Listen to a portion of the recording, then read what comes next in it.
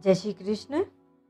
श्रद्धया पर्यातप्तं तपस्तत्त्रिविधं नरेः अफलाकाङ्क्षी धीर्युक्तेः सात्विकं परिचक्षते।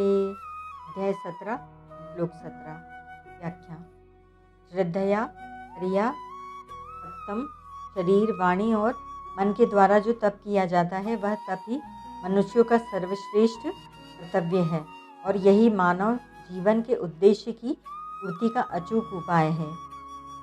शरीर, वाणी और मन का तप संगोपांग रूप से तभी संपन्न होता है जब नाशवान वस्तुओं से संबंध विच्छेद का उद्देश्य रहता है तथा इसको संगोपांग अच्छी तरह से करने पर मनुष्य के लिए कुछ करना बाकी नहीं रहता, अर्थात जो वास्तविक तत्व है उसमें स्वतः स्थिति हो जाती है। ऐसे अटल विश्वास पूर्वक श्रेष्ठ श्रद्धा करके बड़े बड़े विघ्न और बाधाओं की कुछ भी परवाह न करते हुए उत्साह एवं आदर पूर्वक तप का आचरण करना ही परम श्रद्धा से युक्त मनुष्यों द्वारा उस तप को करना है।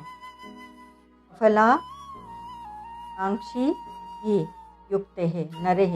यहाँ इन दो विशेषणों सहित नरेह पद देने का तात्पर्य यह है कि आंशिक सद्गुण सदाचार तो प्राणी मात्र में रहते ही हैं, परंतु मनुष्य में यह विशेषता है कि वह सद्गुण सदाचारों को संगोपांग एवं विशेषता से अपने में ला सकता है और दुर्गुण, दुराचार, कामना, मूढ़ता आदि दोषों को सर्वथा मिटा सकता है। निष्काम भाव मनुष्यों में ही हो सकता है। सात्विक तप में तो नर शब्द दिया है, परंतु राजस तामस तप में मनुष्यवाचक शब्द दिया ही नहीं। तात्पर्य यह है कि अपना कल्याण करने के उद्देश्य से मिले हुए अमूल्य शरीर को पाकर भी जो कामना, दंभ, मूढ़ता आदि दोषों को पकड़े हुए है वे मनुष्य कहलाने के लायक ही नहीं हैं।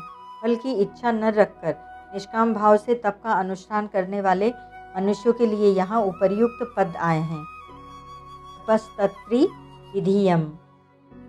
यहाँ केवल सात्विक तप में विविध पद दिया है और राजस तथा तामस तप में विविध पद न देकर यत देकर ही काम चलाया है। इसका आशय यह है कि शारीरिक, वाचिक और मानसिक तीनों तप केवल सात्विक में ही संगोपांग आ सकते हैं। राजस तथा तामस में तो आंशिक रूप से ही आ सकते हैं। इसमें भी राजस में कुछ अधिक लक्षण आ जाएंगे, क्योंकि राजस मनुष्य का शास्त्र विधि की तरफ ख्याल रहता है, परंतु तामस में तो उन तपों के बहुत ही कम लक्षण बताए हैं, क्योंकि तामस मनुष्य में मूढ़ता, दूसरों को कष्ट देना आदि दोष रहते हैं। दूसरी बात, 13वें अध्याय में 7वें से 11वें श्लोक तक जो ज्ञान के 20 साधनों का वर्णन आया है उनमें भी शारीरिक तप के 3 लक्षण शौच, आर्जव और अहिंसा तथा मानसिक तप के 2 लक्षण मौन और आत्मविनिग्रह आए हैं। ऐसे ही 16वें अध्याय में पहले से 3रे श्लोक तक जो देवी संपत्ति के 26 लक्षण बताए गए उनमें भी शारीरिक तप के 3 लक्षण शौच, अहिंसा और आर्जव तथा वाचिक तप के 2 लक्षण सत्य और स्वाध्याय आए हैं। अतः ज्ञान के जिन साधनों से तत्वबोध हो जाए तथा देवी संपत्ति के जिन गुणों से मुक्ति हो जाए वे लक्षण या गुण राजस तामस नहीं हो सकते। इसीलिए राजस और तामस तप में शारीरिक, वाचिक और मानसिक यह तीनों प्रकार का तप संगोपांग नहीं लिया जा सकता। वहाँ तो यत यत पदों से आंशिक जितना जितना आ सके उतना उतना ही लिया जा सकता है।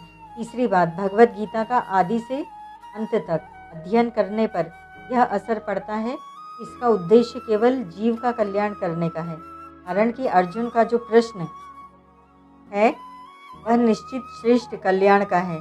दूसरे अध्याय का 7वां, तीसरे अध्याय का 2रा और 5वें अध्याय का 1ला श्लोक।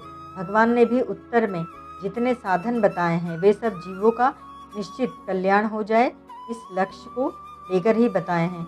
इसीलिए गीता में जहाँ कहीं सात्विक, राजस और तामस भेद दिया गया है वहाँ जो सात्विक विभाग है वह बाह्य है, क्योंकि वह मुक्ति देने वाला है, देवी संपद्वी मोक्षाय, और जो राजस तामस विभाग है वह त्याज्य है, क्योंकि वह बांधने वाला है, निबंधायासुरी मता। इसी आशय से भगवान यहाँ सात्विक तप में शारीरिक, वाचिक और मानसिक इन तीनों तपों का लक्ष्य कराने के लिए त्रिविधम पद देते हैं। सात्विकम परिचक्षते, परम श्रद्धा से युक्त फल को न चाहने वाले मनुष्यों के द्वारा जो तप किया जाता है वह सात्विक तप कहलाता है। ओम तत्सत।